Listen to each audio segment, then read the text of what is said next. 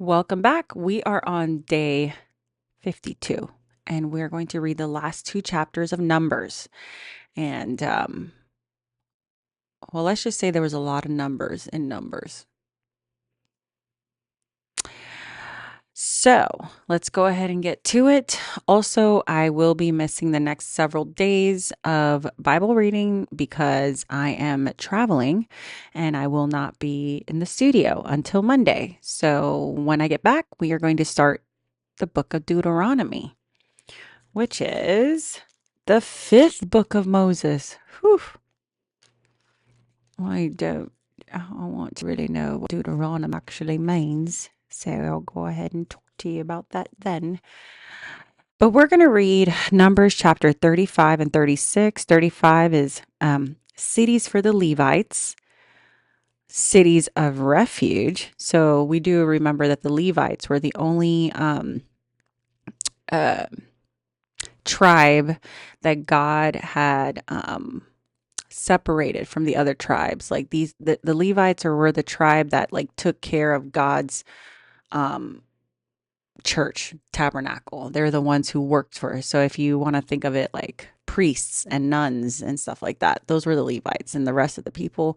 And how did we still get the 12 tribes? Remember Joseph, he got two tribes.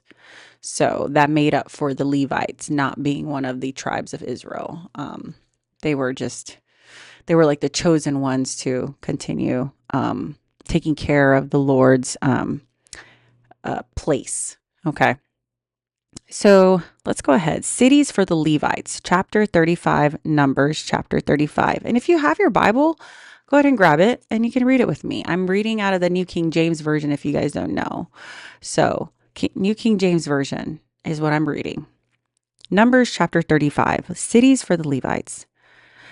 And the Lord spoke to Moses in the plains of Moab by the Jordan across from Jericho, saying, Command the children of Israel that they give the Levites cities to dwell in from the inheritance of their possession, and ye shall also give the Levites common land around the cities.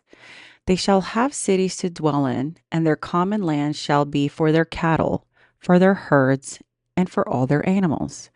The common land of the cities which you will give the Levites shall extend from the wall of the city outward 1,000 cubits all around. And you shall measure it outside the city on the east side 2,000 cubits, on the south side 2,000 cubits, on the west side 2,000 cubits, and on the north side 2,000 cubits. The city shall be in the middle. This shall belong to them as common land for the cities. Now among the cities which you will give to the Levites, you shall appoint 6 cities of refuge, to which a manslayer may flee. And to these you shall add 42 cities. So all the cities that you give to the Levites shall be 48. These you shall give with their common land. And the cities which you will give shall be from the possession of the children of Israel. From the larger tribe you shall give many. From the smaller you shall give few. Each shall give some of its cities to the Levites in proportion of the inheritance that each receives. Verse 9, cities of refuge. Then the Lord spoke to Moses, saying, Speak to the children of Israel and say to them, When you cross the Jordan into the land of Canaan, then you shall appoint cities to be cities of refuge for you, that the manslayer who kills any persons accidentally may flee there. They shall be cities of refuge for you from the avenger, that the manslayer may not die until he stands before the congregation in judgment. And the cities which you give, you shall have 6 cities of refuge, and you shall appoint 3 cities on this side of the Jordan, and 3 cities you shall appoint in the land of Canaan, which will be cities of refuge. These cities shall be for refuge for the children of Israel, for the stranger, and for the sojourner among them, that anyone who kills a person accidentally may flee there. But if he strikes him with an iron implement so that he dies, he is a murderer, and the murderer shall surely be put to death. And if he strikes him with a stone in the hand by which one could die, and he does die, he is a murderer. The murderer shall surely be put to death. Or if he strikes him with a wooden hand weapon, by which one would die, then he should surely die. He is a murderer.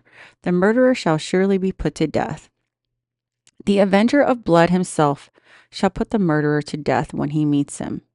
He shall be put to death.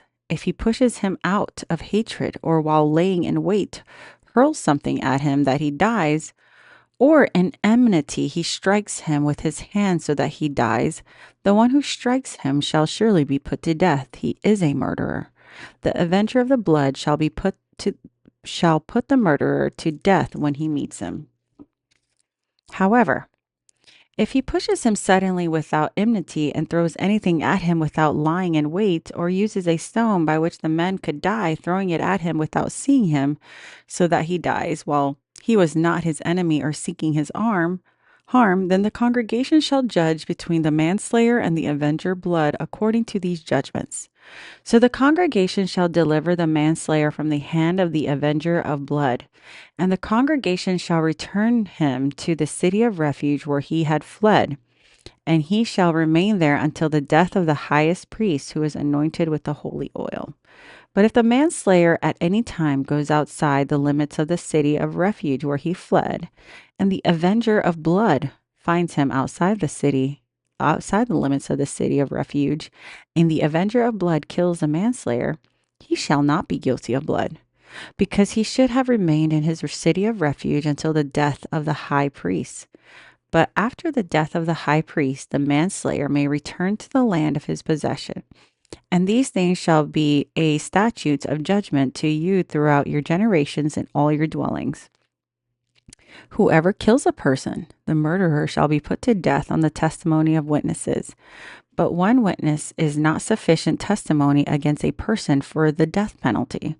Moreover, you shall take no ransom for the life of a murderer who is guilty of death, but he shall surely be put to death. You guys, I don't know if you guys caught that. It says, you shall take no ransom for the life of a murderer who is guilty of death. That means nobody could have been like, I'll take his place. Kind of like we're foreshadowing what could happen. Somebody could take a murderer's place. And you shall take no ransom for him who has fled to the city of refuge, that he may return to dwell in the land before the death of the priest. So you shall not pollute the land where you are, for blood defiles the land, and no atonement can be made for the land, for the blood that is shed on it, except by the blood of him who shed it. Therefore do not defile the land which you inhabit, in the midst of which I dwell, for I, the Lord, dwell among the children of Israel. Numbers chapter 36, marriage of female heirs. Now the chief fathers of the families of the children of Gilead, the son of Machir, the son of Manasseh, of the families of the sons of Joseph, came near and spoke before Moses and before the leaders, the chief fathers of the children of Israel. And they said, the Lord commanded my lord Moses to give the land as an inheritance by lot to the children of Israel. And my lord was commanded by the Lord to give the inheritance of our brother Zelophehad to his daughters. Now, if they married to any of the sons of other tribes of the children of Israel, then their inheritance will be taken from the inheritance of our father, and it will be added to the inheritance of the tribe in which they marry. So it will be taken out from the lot of our own inheritance. And then the jubilee of the children of the Israel comes. Then their inheritance will be added to the inheritance of the tribe into which they marry. So their inheritance will be taken away from the inheritance of the tribe of our fathers. So then Moses commanded the children of Israel according to the word of the Lord, saying, what the tribe of sons of Joseph speaks is right. This is what the Lord commands concerning the daughters of Zelophehad, saying, let them marry whom they think best, but they may marry only within the family of their father's tribe. So the inheritance of the children of Israel shall not change hands from tribe to tribe, for every one of the children of Israel shall keep the inheritance of the tribe of his fathers. And every daughter who possesses an inheritance in any tribe of the children of Israel shall be the wife of one of the family of her father's tribe, so that the children of Israel each may possess the inheritance of his fathers. Thus, no inheritance shall change hands from one tribe to another, but every tribe of the children of Israel shall keep its own inheritance. Just as the Lord commanded Moses, so did the daughters of Zelophehad. For Mala, Tirzah, Hoglah, Milcah, and Noah, the daughters of Zelophehad, were married to the sons of their father's brothers. They were married into the families of the children of Manasseh, the son of Joseph, and the inheritance remained in the tribe of their father's family.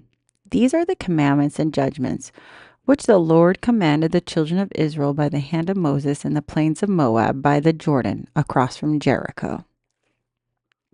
And that was a short one.